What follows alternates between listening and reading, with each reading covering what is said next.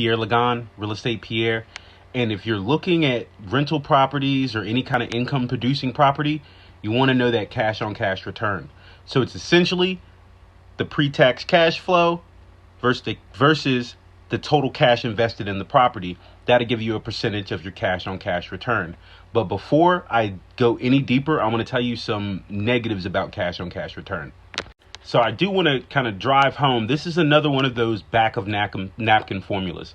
It's not meant for you to write in stone and just go off and buy all of your investments on. But it's a good way to kind of know, should I even look further into this investment? So I think the biggest limitation is it's pre-tax cash flow. So it's not taking into account any of the structures you have set up, which could greatly determine should you move forward with an investment or not.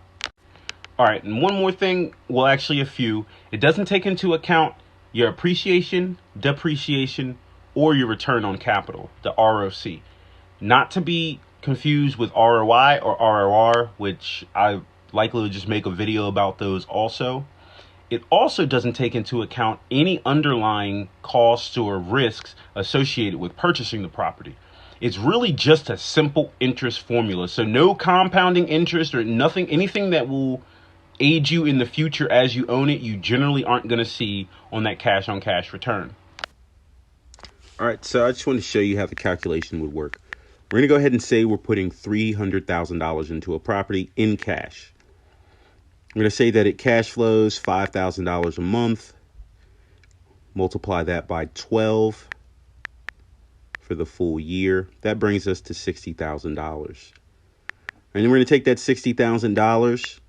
We're going to divide that into that 300,000, and we get 0.2, which would actually come out to 20% cash on cash return.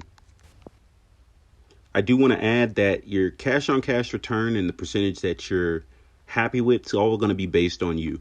Some people prefer a good safe 7 to 10% cash on cash return, while others won't look at a deal that doesn't have at least 15%. So that's really on you and your risk tolerance.